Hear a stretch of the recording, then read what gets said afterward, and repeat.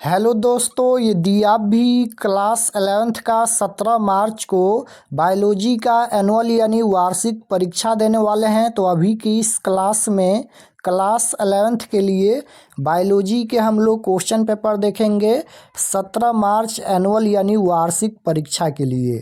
तो आप लोग इस क्लास में अंत तक बने रहिएगा। ये क्लास 11th के लिए बायोलॉजी का क्वेश्चन पेपर है 17 मार्च एनुअल यानी वार्षिक परीक्षा के लिए। यहाँ पर देख सकते हो क्लास 11th एनुअल एग्जामिनेशन 2026 वार्षिक परीक्षा 2026 के लिए ये बायोलॉजी यानी जीव विज्ञान का क्वेश्चन पेपर है 17 मार्च एनुअल यानी वार्षिक परीक्षा के लिए। तो बायोलॉजी का विषय कोड 119 रहेगा और समय मिलेगा यहाँ पर 3 घंटा 15 मिनट का और पूर्णांक 70 रहेगा। 70 नंबर का एग्जाम होगा। तो सबसे पहले पेपर में खंड अ मिलेगा सेक्शन ए। सेक्शन ए में आपसे ऑब्जेक्टिव टाइप क्वेश्चन पूछा जाएगा। 1 से लेकर 70 तक ऑब्जेक्टिव क्वेश्चन पूछा जाएगा। इनमें से किन्हीं 35 प्रश्नों के उत्तर देना है परीक्षा में। तो आइए पहला नंबर क्वेश्चन देखते हैं। फर्स्ट क्वेश्चन देखिएगा, यहाँ पर पूछा गया है। पहला नंबर क्वेश्चन है कि निम्न में से किसमें कोशिका भित्ति पाई जाती हैं। तो निम्न में से किसमें कोशिका भित्ति पाई जाती हैं। 4 ऑप्शन दिया गया है, पादप कोशिका या जंतु कोशिका या अमीबा या फिर यूग्लिना। तो निम्न में से किसमें कोशिका भित्ति पाई जाती हैं। तो कोशिका भित्ति पाई जाती हैं पादप कोशिका में। राइट आंसर ऑप्शन नंबर ए हो जाएगा। निम्न में से किसमें कोशिका भित्ति पाई जाती हैं तो पादप कोशिका में पाई जाती हैं। Option number A right answer.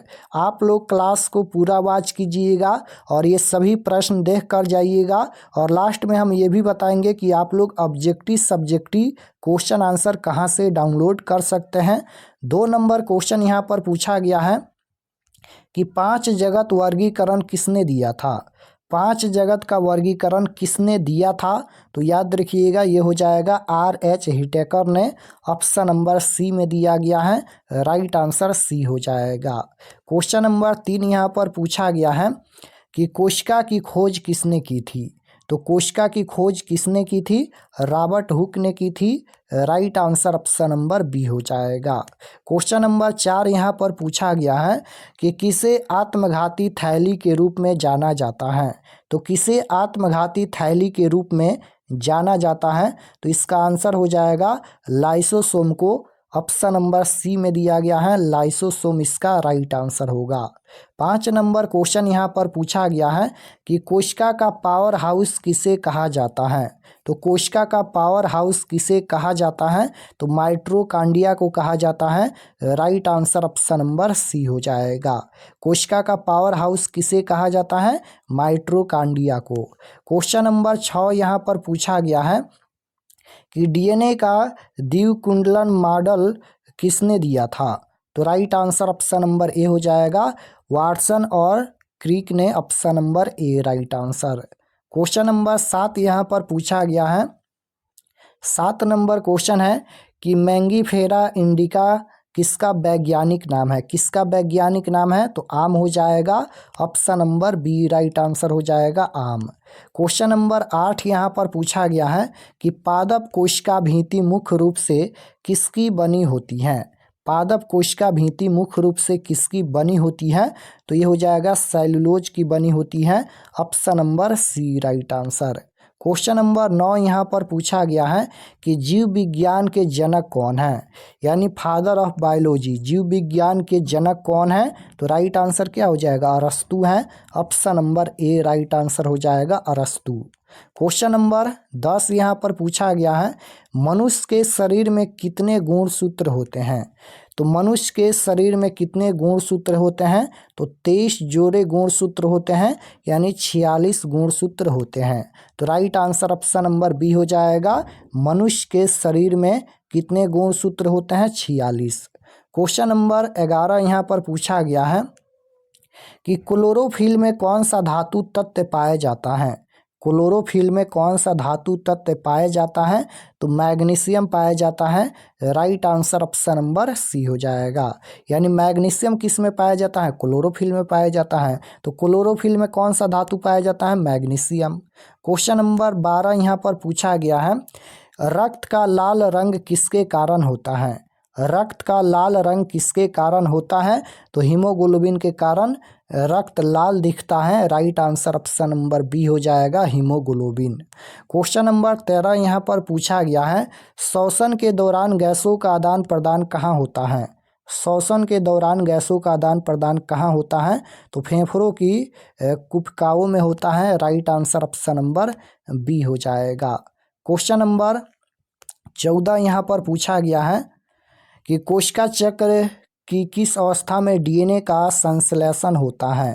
तो राइट आंसर क्वेश्चन नंबर 14 का ऑप्शन नंबर बी हो जाएगा। क्वेश्चन नंबर 15 है, मानव हृदय में कितने कक्ष होते हैं? तो मानव हृदय में कितने कक्ष होते हैं? तो 4 हो जाएगा। Right answer C.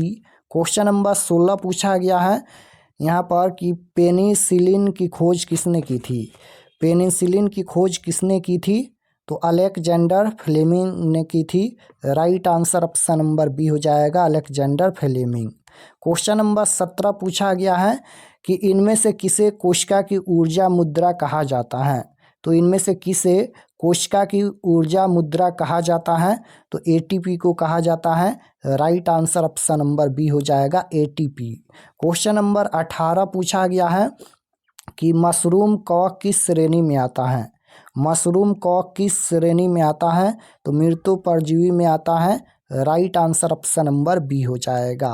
Question number 19 पूछा गया है कि प्रकाश संश्लेषण के लिए क्या आवश्यक है? प्रकाश संश्लेषण के लिए क्या आवश्यक है? CO2, कार्बन डाइऑक्साइड, सूर्य का प्रकाश, क्लोरोफिल, इनमें से सभी आवश्यक हैं। Right answer option number D हो जाएगा। 20 नंबर क्वेश्चन पूछा गया है, अमीबा में प्रजनन किस विधि से होता है? अमीबा में प्रजनन किस विधि से होता है? द्विखंडन से होता है। Right answer option number B हो जाएगा, द्विखंडन। 21 नंबर क्वेश्चन है कि जाइलम का मुख्य कार्य क्या है? तो जाइलम का मुख्य कार्य क्या है? जल का परिवहन। Right answer option number B हो जाएगा। क्वेश्चन नंबर 22 पूछा गया है कि वर्गीकरण की सबसे छोटी तथा मूल इकाई है? वर्गीकरण की सबसे छोटी तथा मूल इकाई कौन है? तो जाति हो जाएगा। Right answer option number C होगा। क्वेश्चन नंबर 23 है कि प्राणी विज्ञान के जनक निम्न में कौन है? तो प्राणी विज्ञान के जनक पूछा गया है, अरस्तु हैं। राइट आंसर ऑप्शन नंबर ए हो जाएगा। क्वेश्चन नंबर 24 है यहाँ पर कि वनस्पति विज्ञान के जनक कौन है? तो वनस्पति विज्ञान के जनक कौन है? तो ये हो जाएगा थियोफ्रेस्टस। ऑप्शन नंबर डी में दिया गया है। राइट आंसर डी हो जाएगा। 25 नंबर क्वेश्चन है, लवणीय जल में पाए जाने वाले जीव को क्या कहते हैं? तो राइट आंसर हो जाएगा, हेलोफिल्स कहते हैं। Option number A right answer, halophiles. Question number 26 यहाँ पर पूछा गया है, विषाणु बना होता है? तो विषाणु बना होता है न्यूक्लिक अम्ल तथा प्रोटीन दोनों से बना होता है। Right answer option number C हो जाएगा। 27 नंबर क्वेश्चन है यहाँ पर, निम्न में नगर विषाणु किसे कहा जाता है? तो राइट आंसर हो जाएगा viroid. Option number A right answer. 28 number question है कि लाइकेन में होते हैं, लाइकेन में होते हैं शैवाल एंड कवक दोनों होते हैं। Right answer option number C हो जाएगा। 29 नंबर क्वेश्चन है, निम्नलिखित में कौन असमतापी जंतु हैं? तो निम्नलिखित में कौन असमतापी जंतु हैं? तो ये हो जाएगा इनमें से सभी हैं। राइट आंसर डी हो जाएगा। 30 नंबर क्वेश्चन पूछा गया है, इनमें कौन समतापी जीव हैं? इनमें कौन समतापी जीव हैं? तो राइट आंसर ए हो जाएगा, पक्षी यहाँ पर हो जाएगा। क्वेश्चन नंबर 31 यहाँ पर पूछा गया है, उभयचर पाए जाते हैं, उभयचर पाए जाते हैं तो जल एंड थल दोनों में पाए जाते हैं। राइट आंसर सी होगा। क्वेश्चन नंबर 32 है, वर्गीकरण की आधारभूत इकाई क्या है? वर्गीकरण की आधारभूत इकाई क्या है? जाति है। राइट आंसर बी होगा। 33 नंबर क्वेश्चन देखिएगा, सजीवों का मुख्य लक्षण क्या है? सजीवों का मुख्य लक्षण क्या है? इनमें से सभी हैं, गति है, वृद्धि है, प्रजनन है, इनमें से सभी। क्वेश्चन नंबर 34 पूछा गया है, 5 जगत वर्गीकरण में मोनेरा में किसे रखा गया? किसे रखा गया? तो राइट आंसर बी हो जाएगा, जीवाणु को रखा गया। 35 नंबर क्वेश्चन है, कोशिका सिद्धांत का प्रतिपादन किसने किया? कोशिका सिद्धांत का प्रतिपादन किसने किया? तो ये हो जाएगा सलिडेन एंड स्वान ने। राइट आंसर ए हो जाएगा। 36 नंबर क्वेश्चन पूछा गया है यहाँ पर कि प्रोकैरियोटिक कोशिका में क्या अनुपस्थित होता है? तो राइट आंसर सी हो जाएगा, केंद्रक झिल्ली अनुपस्थित होता है।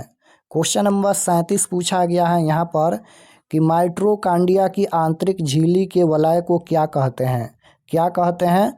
तो क्रिस्टी कहते हैं। Right answer option number B हो जाएगा। प्रोटीन संश्लेषण कहाँ होता है?